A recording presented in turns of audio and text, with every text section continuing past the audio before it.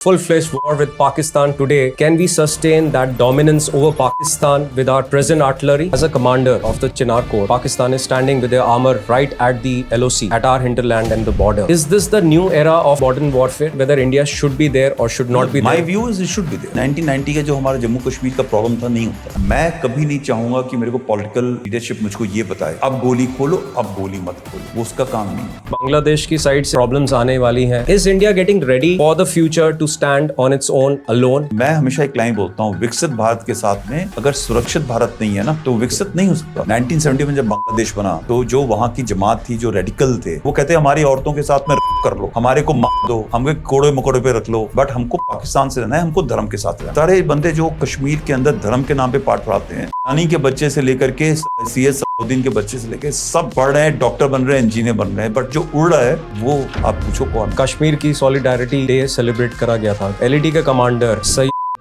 नकवी ने एक स्टेटमेंट दी थी कि वो अखंड भारत के खंड खंड कर देगा। जो वो कह रहा है कोई गलत तो नहीं कह रहा है। Both the army and CRPF work together. Specifically talking about JNK sir. मेरा बेटा जो है एक पोस्ट पे था जम्मू कश्मीर के अंदर, 11 महीने के बाद में वहां से निकला, दूसरी बार घुसा।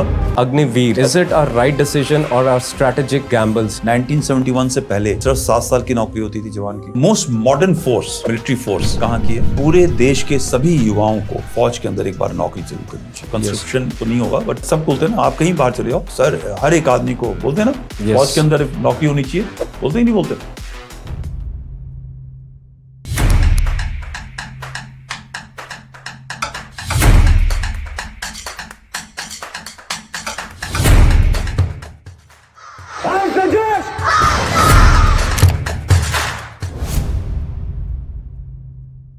When it comes to our own decision making power, does it actually reflect that हम strategically on a global level हम loneliness की तरफ जा रहे हैं to some extent, right? Yeah. And are we ready for such bold decision makings at this Viksit Bharat where we stand today?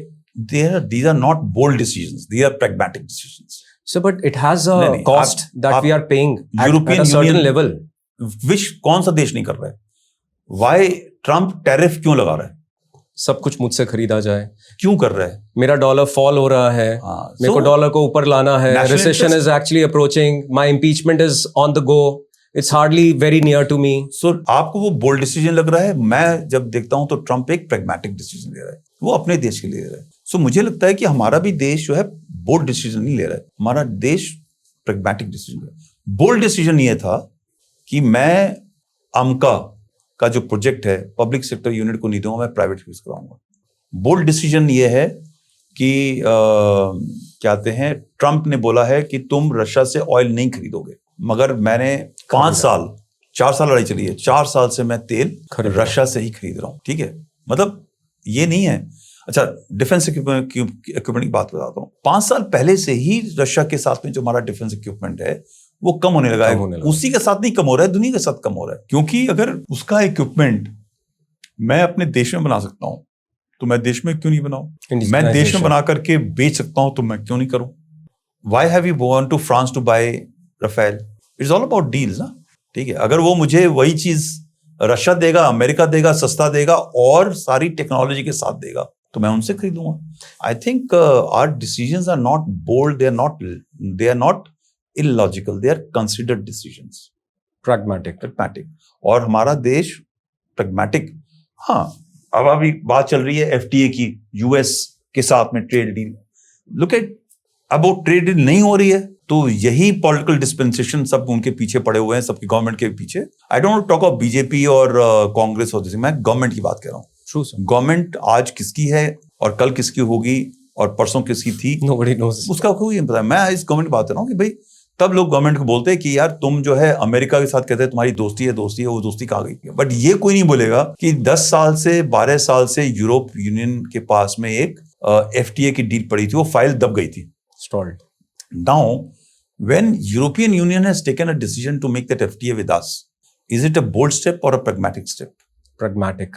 सो हर देश, हर ऑर्गेनाइजेशन प्रैग्मेटिज्म पे काम करता है। बोल्डनेस के ऊपर सिर्फ अमेरिका, सिर्फ चाइना, पाकिस्तान काम करता है बोल्डनेस के हिसाब से। और हाँ, वो बोल्ड डिसीजन है। आप उसने कल इस्लामाबाद में एक शिया मस्जिद के अंदर धमाका कर दिया, ठीक है। और उसका रीजन था, they wanted to show as a false flag operation, और विद इन नो टाइम वो खुल के आ गया कि उन्होंने खुद कैसे किया।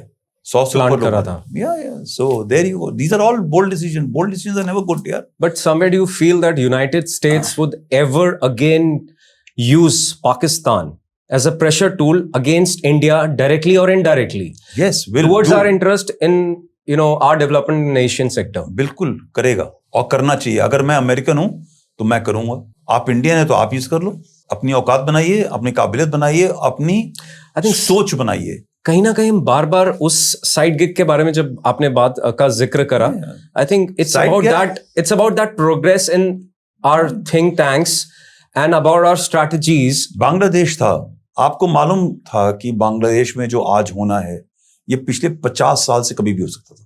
1970 में जब बांग्लादेश बना तो जो वहां की जमात थी, जो रेडिकल थे, वो बांग्लादेश नहीं चाहते। वो कहते हमारी औरतों के साथ में कर लो, हमारे को मार दो, हमको कोड़े मकोड़े पे रख लो, बट हमको पाकिस्तान से रहना है, हमको धर्म के साथ रहना है। अब उनको कोई ये समझा नहीं सका कि अगर धर्म के नाम पे सब एक हो सकते थे तो 57 देश क्यों है? कोई इतना छोटा सा देश है, कोई बड़ा सा देश है।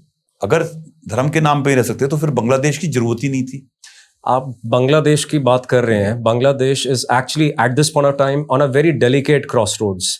आपको लगता है कि बांग्लादेश की साइड से कुछ हमारे ऊपर प्रॉब्लम्स आने वाली हैं इन द कमिंग टाइम्स? देखो, आ नहीं सकती हैं अभी, बट आ सकती है।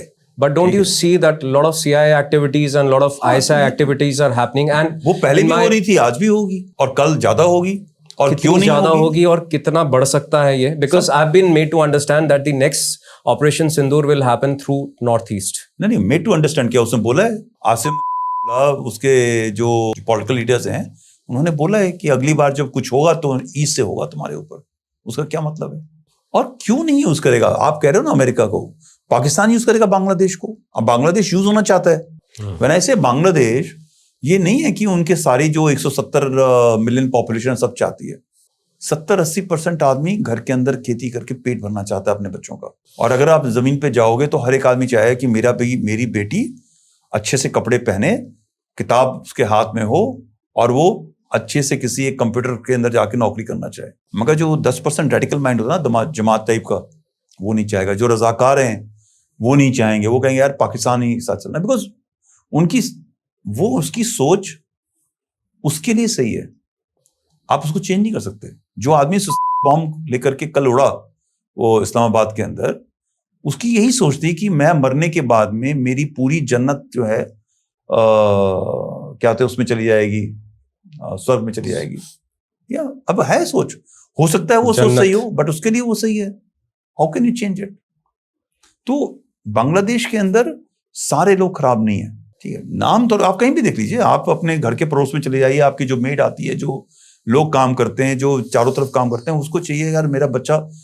अमेरिका को सब हेट करते हैं ना, American par.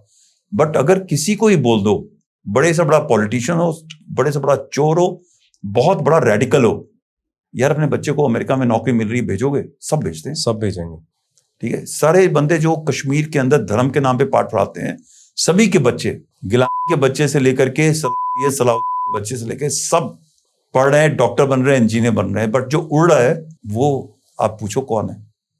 So this is all. And ये आज इस्लाम का, धर्म का रेडिकलाइजेशन, इससे पहले कोई लेफ्टिस्ट होता था, कोई मार्क्सिस्ट होता था, ये तो जन्मों-जन्मांतर है। आइडियोलॉजी का जो गेम है वो उसका एक्सप्लॉयटेशन किया जाता है for political purpose, for international relationship. After all ये सब चीजें 70 से पहले नहीं थी उस हालत में। ये तो जब पेट्रोल आया तो उस पेट्रोल एरिया को कंट्रोल करने की सारी गेम चल रही है। सर, अभी आपने ह्यूमन के बारे में बात करी। अभी कश्मीर की सॉलिडारिटी डे सेलिब्रेट करा गया था, जिसमें एलईटी के कमांडर सैयद अब्दुल नकवी ने एक स्टेटमेंट दी थी कि वो अखंड भारत के खंड खंड कर देगा। बेसिकली यूनाइटेड इंडिया को will divide into pieces, and he says that we'll set Agra on fire, we will put pressure on the Deccan and shake the entire Delhi. इस पे what do you have to say? जो वो कह रहा है कोई गलत तो नहीं कह रहा है यार।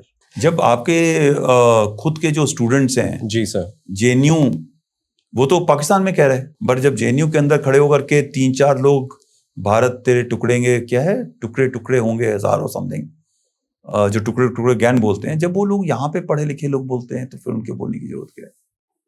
आई थिंक कहीं ना कहीं आपका इस आंसर मेरे पहले वाले क्वेश्चन से रिलेट करता है कि over the coming years radicalisation is the biggest threat to our own democracy and our own ideology. It was always there. और जो टेक्नोलॉजी है वो उसका बड़ा फायदा जो है गवर्नमेंट्स कम उठाती हैं, क्योंकि गवर्नमेंट के ऊपर ह्यूमन राइट्स का प्रेशर होता है, राइट्स का प्रेशर होता है, प्राइवेसी का प्रेशर होता है. मगर जो ये टेररिस्ट ग्रुप्स हैं वो उसका सबसे अच्छा जैसे फायदा है टेक्नोलॉजी का, ISIS और अलकायदा ने उठाया. ऑस्ट्रेलिया के अंदर पढ़ा लिखा आदमी जिसको कोई तकलीफ नहीं होनी चाहिए थी, उसने एक लेडी के साथ शादी करी है, पढ़ा लिखा है, बाप और बेटा मिलके आकर के फायर करते हैं. सो ये जो टेक्नोलॉजी है कई बार ज्यादातर गलत चीज के लिए इस्तेमाल होती है, और उसके लिए गवर्नमेंट को अगर वो रोकेगी तो वही सेम ऑस्ट्रेलिया के जो बाकी 0 लोग मारे गए वही गवर्नमेंट को बोलेंगे कि आप हमारी प्राइवेसी पे आ रहे हो, ये तो मेरा राइट्स है, उससे क्या हो गया अगर कोई आदमी रेडिकल चीज पढ़ रहा है. So unfortunately the majority gets sorted out because of their own problems. I think there is one country left where we see I'm talking about Nepal, which has a political churn right now, and the elections are right, around the corner. And what I see is strategically, China is, showing its dominance in Nepal. So, do you feel that, sir, India से नेपाल कहीं ना कहीं strategically अपने आप को drift कर रहा है? आज से नहीं हो रहा है. तो नेपाल के is this process reversible to some extent or not, sir? Because roots में कहीं ना कहीं हमारा धर्म मैच करता है, वहां पे भी हिंदूज हैं, it's a Hindu country sir. समय बहुत बलवान है, ठीक है, मगर आप अपनी स्ट्रैटेजी बनाएंगे तो पाकिस्तान का भी जो सोच है वो रिवर्सिबल हो सकता है. Really sir? ठीक है, नेपाल तो क्या चीज है. दूसरा, चाइना का जो इन्वेस्टमेंट है वो आज का इन्वेस्टमेंट नहीं है. चाइना की इन्वेस्टमेंट तो 3-4 टिकट से 3 टिकट हो गया अभी तो, ठीक है. तो उनकी जो मॉइस की इंसर्जेंसी चली और वो सब चली है, तब से वो टिकट वहां पे काबिज है. और अब वो पॉलिटिकल चीज है. मगर जो रोटी और उसका बोलते हैं एक रोटी बेटी का रिश्ता जो नेपाल के साथ में है, मैं फिर से एक एग्जांपल बोलता हूँ आपको. चाइना बहुत पावरफुल है, बहुत पैसा है, बहुत तगड़ी आइडियोलॉजी है, मगर नेपाल के कितने भी प्राइम मिनिस्टर्स हैं टॉप मॉइस्ट, उनको बोलें कि भाई अपने बच्चों को आप चाइना में सेटल कर दो, नहीं करेंगे. आज नवाज शहबाज शरीफ, बेगम मरियम, इमरान खान, ये सब चाइना का पूरा इस्तेमाल उठाते हैं, उसका बात करते हैं. इनको बोलो कि जितना आपका नाजायज पैसा है, ब्लैक मनी बनाया आप, चाइना में लगा दो, चाइना में रख दो, और चाइना के अंदर एक ऐसा आइलैंड है जहां पे हम आपको रॉयल्टी की तरह ट्रीट करेंगे, आप वहां चले जाओ.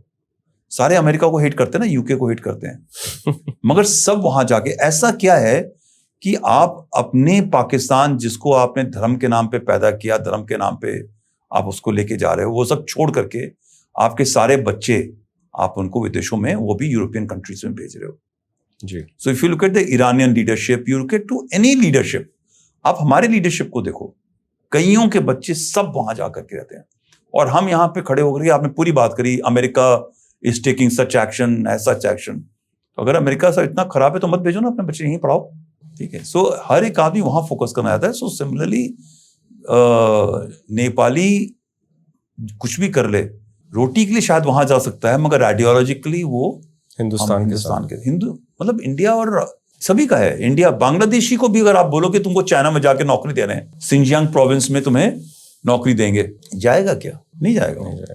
कितनी भी पेट की मार हो, वो वहां से निकल के वेस्ट बंगाल में, असम के अंदर, वो छोटा सा पॉन्ड के अंदर एक वो घेटो में रह करके मछली मार करके रह सकता है, बट वो वहां नहीं जाएगा. उसको बोलो इटली जाना है, फट से भाग के चला जाएगा. उसको बोलो कि आपको फ्रांस में जाना है, वो बोट के अंदर बैठे हुए, एक सिंबल बोट के ऊपर, कपड़े फट जाएंगे, खून खून हो जाएगा, बट वहां चला जाएगा. चाइना नहीं जाता. ये ऐसा क्या है कि जो पानी की धार है वो उधर चाइना की तरफ नहीं चलती, इधर सब जगह चलती है. जिसको आप हेट करते हो, most of the people who are going to European countries और अमेरिका, वो या तो भारत से हैं या सब इस्लामिक देशों से हैं जी. ठीक है, यहां छोड़ के आप वहां क्यों जा रहे हो? आपको तो धर्म यहां पे चल रहा है अच्छा से. So आइडियोलॉजी, चाइना के हेल्म पे जो बैठे हैं, उनके खुद के बच्चे अमेरिका में पढ़ रहे हैं. पीरियड. That's period actually.